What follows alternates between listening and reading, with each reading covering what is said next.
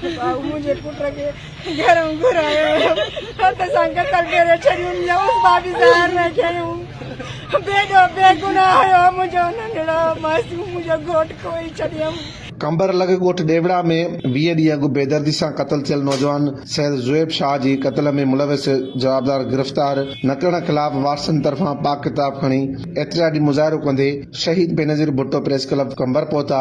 उन मौके ते सैयद गुलाम शाह, गुलाब शाह, ज़ुबैर शाह समेत ॿियनि चयो त 20 ॾींहं अॻु बेदर्दी सां क़त्ल कयल सैयद ज़ुएब शाह जे क़त्ल में मुलविस 6 जवाबदारनि मां पुलिस 3 जवाबदारनि खे गिरफ़्तार करे सघी आहे। बाक़ी 3 जवाबदार सरेआम घुमी रहिया आहिनि। हिन इल्ज़ाम हणंदे चयो त 3 जवाबदार असांखे केस तां हथ खणण लाइ मौतमार धमकियूं ॾेई रहिया आहिनि। हिननि DIG लाड़काणो ऐं SSP कंबर शहदाद कोर्ट खे अपील कई त जवाबदारनि खे गिरफ़्तार करे नौजवान ज़ुएब शाह जे खून सां इंसाफ़ करे असांखे तहफ़ुज़ फराहम कयो वञे।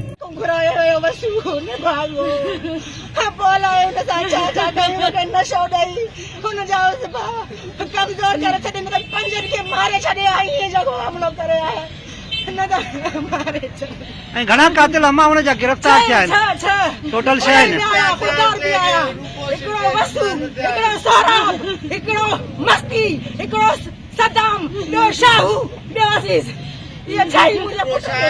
हाणे गिरफ़्तारी घणनि जी थी आहे कातिलनि जी? अमा जो छा मुतालबो आहे? अमा मूंखे खपे इंसाफ़ खपे।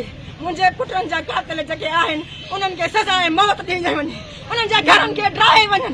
मुंहिंजो मुतालबो इहो आहे कानून सां, पुलिस ऑफिसर सां, सभिनि सां। अवाम जेके आहिनि मुंहिंजे पुटनि जा खूनी आहिनि उहे मारे छॾनि बसि।